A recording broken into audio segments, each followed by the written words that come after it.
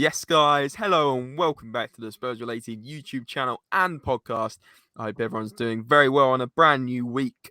Today, we are doing one of our special transfer update videos, 15-20 minutes, keeping it short and sweet, but concise for you guys.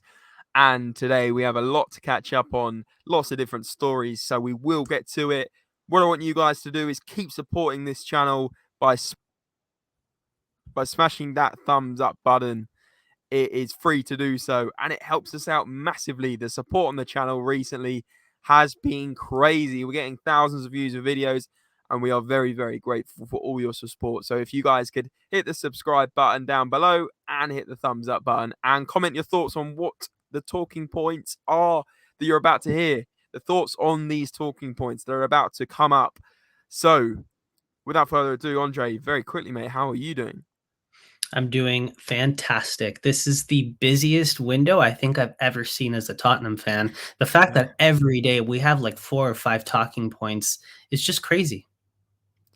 It is. It's almost like we're not short of news on any day. That's why we've been doing daily uploads. We've been bringing this content to you guys. So let's get straight into things, mate. Let's not waste any time. And there's going to be a key word, as always, the special secret word. So let's see which Spurs relatables get that in the comments as well. Can we get 100 likes again today? The last few videos have got 100, 150 likes. Let's go for 100 again. Maybe even 150. I know you guys can do it, but let's get straight into it, Andre. Perfect. So, I mean, as we've been saying about this shopping list, right? We've been getting the guys that we need from the shopping list. We have turned our heads towards the center backs. We want 2. There have been reports that we might just go for 1, but seeing how this window's going, I'm going to stay optimistic and say we're going to get our entire shopping list. And it looks like the biggest thing when it comes to center backs now is there are reports from the Dutch Telegraph that Spurs have agreed to personal terms with VEN. We discussed a few episodes ago how they had made contact with him and started discussing terms, and it looks like now we finally did it. He wants to come to Spurs. We are serious about signing him, and now, as Fabrizio has said, it's up to the clubs now. Looks like we're definitely trying to discuss terms with Wolfsburg now, and I mean there's no official agreement as of yet. I think it's, of course, as always, it all depends on the transfer fee, but I'm happy to see that we're making quick moves on him as well. Love it. I mean, we've been talking about this guy. We've been getting excited about this guy. We've been saying he's a Jan Vertonghen regen in the sense he's a left-footed player, left-sided, left back, left centre-back, and he's quick, and he's good on the ball.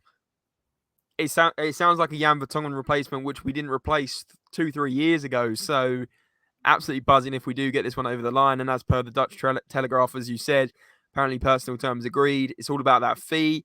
I'm expecting between 30 and 35 mil, maybe a little bit less, maybe a bit more, but let's see what comes out.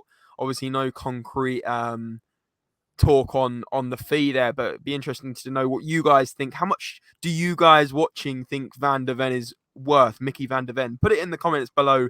But Andre, what's your estimate? I believe somewhere between 20 and 25 million, I think. You think and I think we're going to really look long term to him because the contract that we've agreed to with him that hopefully he'll sign if we can get this over the line is a contract until 2028. Wow, that is long term. 5 years again, like Manuel Solomon actually, 5-year deal yesterday as well. 23 years old. Obviously, Van de Ven I think is 22. So yeah, 5-year deal on that takes him to 27.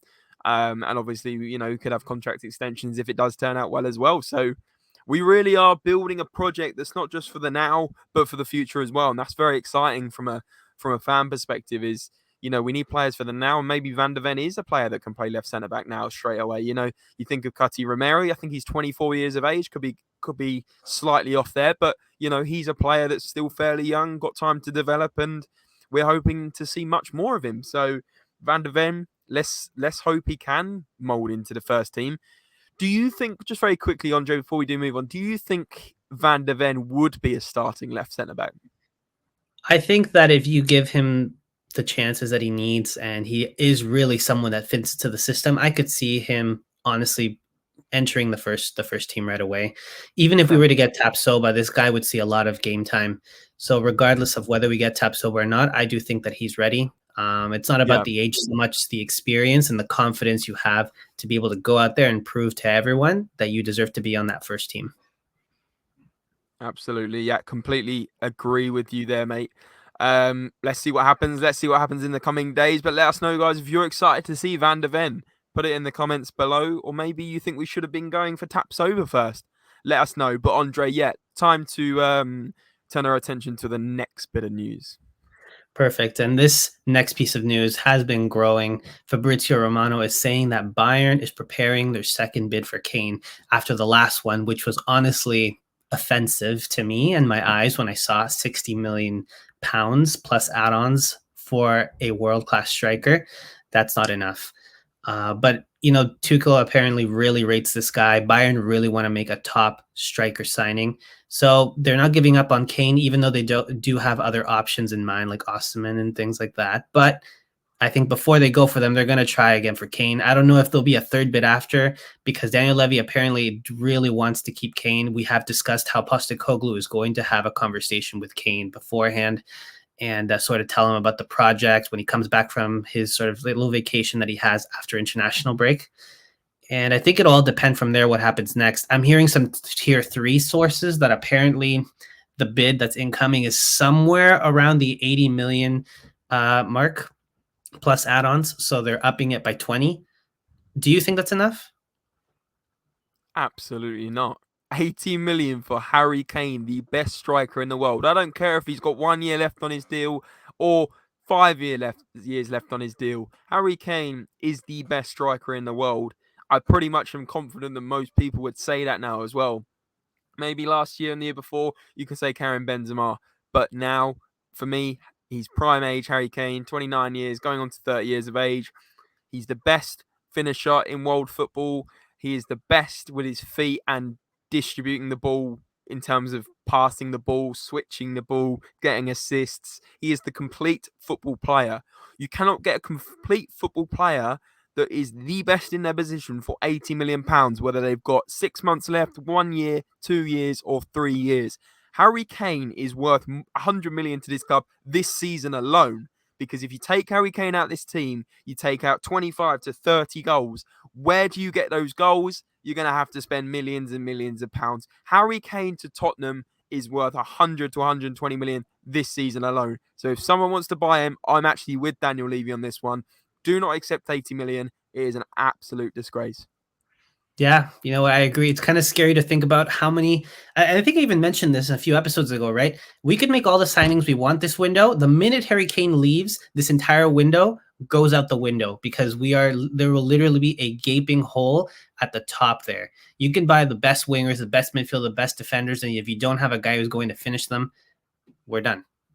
Yeah, exactly that. Exactly that. So, yeah, I would be all for rejecting if we get an 80 million bid come through. But let's see what happens in the coming days. There's probably going to be more transfer updates on this one, guys. So stay tuned, of course. Yeah, the pressure's heating on that one, so we'll see what happens. But let's move on to Lenglet. It's been a while since we've mentioned him because we've been so wrapped up in the Tapsoba and Van de Ven more so, that saga, the transfer saga there.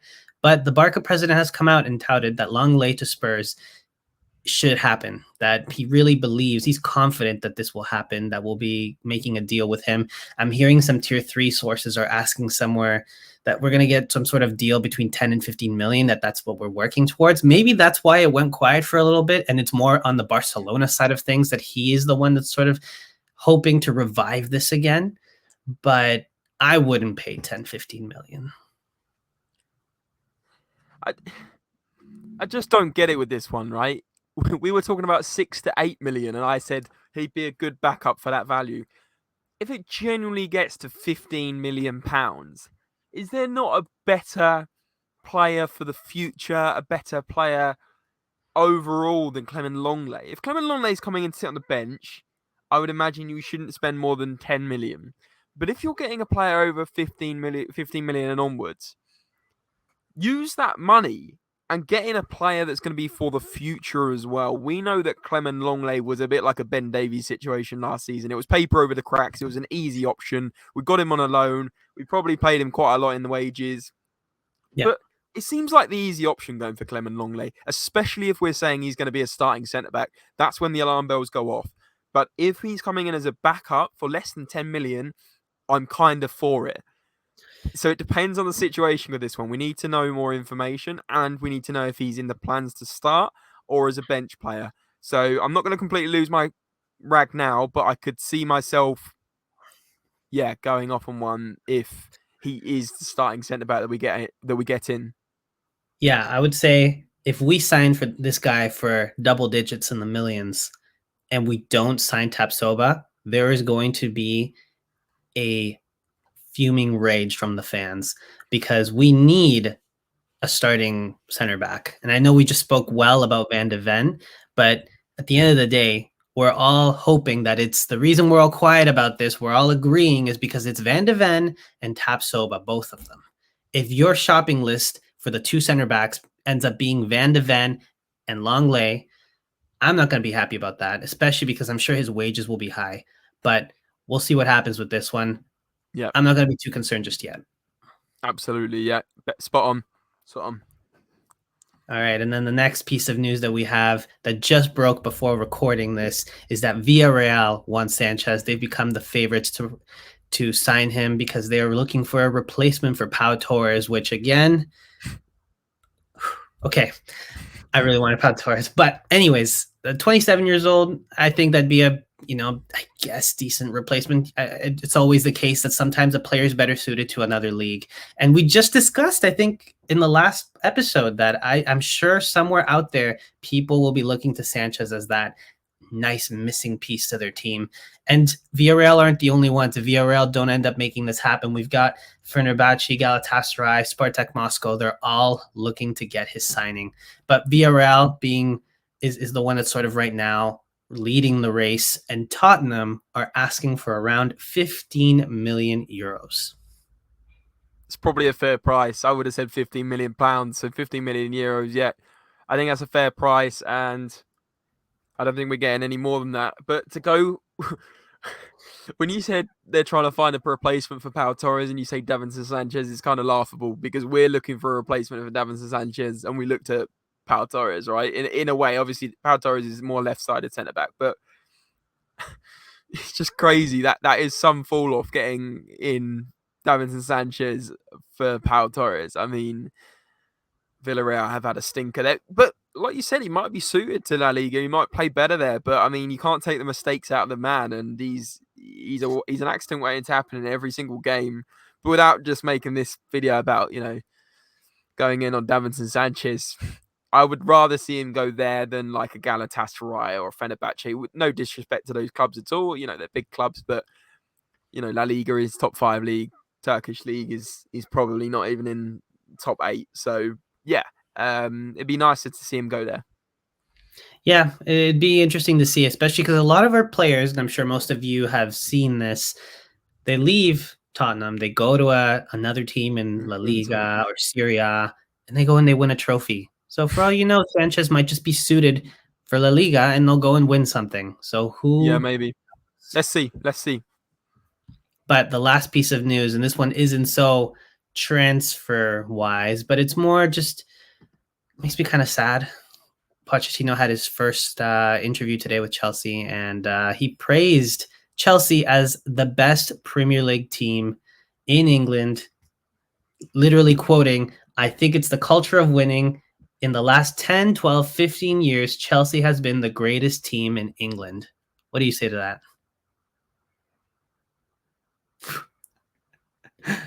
Taking it in? What? Why would he say that? What is he trying to wind up Tottenham fans by saying that, without going over the top on this one? Like, what? He doesn't think that. Why is he saying that? 10 to 15. Chelsea haven't been the greatest Premier League team. What was the quote? 10 to 15 years? Yeah, 10, 12, 15. He landed on 15 in the end. I mean, we were better than Chelsea when he was in charge for like a couple of seasons. So, I mean, Man City are a bigger team than Chelsea in the last few years. Man United, I would say as well. Liverpool, 100%. What? I get he's trying to get the fans on board, but like, just my respect has just gone out the window for Pochettino. I'm sorry. I literally loved this guy, and now I just see him as an absolute. I see him as a backstabber. I'll be honest. I just think it is an absolute. It's just a kick in the teeth for Spurs fans. Like, I get why he's doing it. If it was the other way around, like when Jose Mourinho came in, we were like, this is brilliant. This is S-housery and all that. But come on, even me looking at him in this Chelsea gear is annoying me. Yeah. Whatever. I moved on. I hope he doesn't do well there. With all due respect, he's not respecting us. So I hope he's sacked by Christmas, and we sort of pretend it was just a little bit of a stay over at a rival because he just cashed in on that money.